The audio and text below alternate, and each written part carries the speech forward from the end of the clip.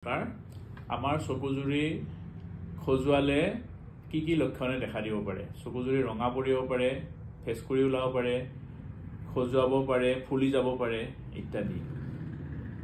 এই চকুজুৰিৰ ৰঙা পৰিলে বা খজুৱালে আমি সাধাৰণতে ভয় খাই যাওঁ কিন্তু আমি ভয় খোৱা উচিত নহয় কাৰণ চকুৰ এলাৰ্জিৰ কাৰণে এই ৰঙা পৰা বা খজুৱাটো হয় আৰু কিছুমান সাৱধানতা অৱলম্বন কৰিলে আমি ইয়াৰ পৰা হাত সাৰিব পাৰোঁ প্ৰথমতে বাহিৰৰ পৰা আহাৰ পিছত আমি হাতখন ভালকৈ সাবুন পানীৰে ধুব লাগে আৰু চকু খজুৱালে কেতিয়াও হাতেৰে চকুজুৰি চুব নালাগে দ্বিতীয়তে বাহিৰলৈ গলে আমি চশমা বা সানগ্লাস এযোৰ পৰিধান কৰিব লাগে যাতে ধূলি বালি নোসোমায় তৃতীয়তে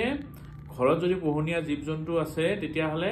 তেওঁলোকৰ পৰা অলপ দূৰত থাকিব লাগে কাৰণ সেই পোহনীয়া জীৱ-জন্তুৰ পৰা ধূলি বালি আহি পেলাই আমাৰ চকুত সোমাই এলাৰ্জি কৰিব পাৰে তাৰোপৰি ফুলৰ ৰেণুৰ পৰাও আমাৰ এলাৰ্জি হয় গতিকে ফুলৰ ৰেণুবিলাক যাতে চকুত সোমাব নোৱাৰে তাৰ কাৰণে চশমা পিন্ধি থাকিব লাগে তাৰোপৰি মোবাইল বা কম্পিউটাৰ চাওঁতেও আমি নিৰ্দিষ্ট ডিসটেন্সত আমি থাকিব লাগে আৰু 20 মিনিট সময় কম্পিউটাৰ বা মোবাইল চোৱাৰ পিছত 20 সেকেন্ড আমি ৰেষ্ট ল'ব লাগে আৰু 20 ফুট আঁতৰৰ ঘাঁহনি গছ-গছনি ইত্যাদি চাব লাগে ধন্যবাদ